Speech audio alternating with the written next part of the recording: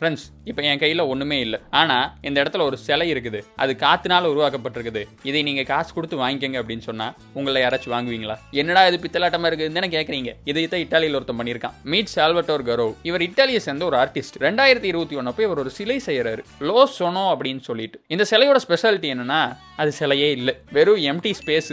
இதை கொண்டு போயிட்டு ஒரு ஆக்ஷனில் வைக்கிறாரு. அங்கே ஒருத்தன் இந்த சிலையை $18,000 கொடுத்து வாங்கியிருக்கான். இந்திய மதிப்புப்படி 15 லட்ச ரூபா கொடுத்து வெறும் காற்றை வாங்கியிருக்கான். எப்படி ஃப்ரெண்ட்ஸ்? எனக்கு புரியல ஃப்ரெண்ட்ஸ். எவனோ ஒருத்தர் வாழைப்பழத்தை ஒரு ஃப்ரேமில் டேப் போட்டு ஒட்டி அதை விற்றான். அட்லீஸ்ட் அங்கே கூட ஏதோ ஒரு பொருள் இருக்குது. But it's literally nothing. ஒன்றுமே இல்லாத ஒரு விஷயத்தை 15 லட்ச ரூபா கொடுத்து எவன் ஃப்ரெண்ட்ஸ் வாங்குவான்? தோலா படத்தில் ஆர்ட் அப்படின்னு சொல்லிட்டு பார்க்கறக்காச்சும் ஒரு விஷயம் இருந்துச்சு, இங்கே பார்த்தா கூட தெரியாது. பட் இந்த சால்வட்டோரை கேட்டால் என்ன சொல்கிறாப்ல? You cannot see it but it exist அப்படிங்கிறாப்ல.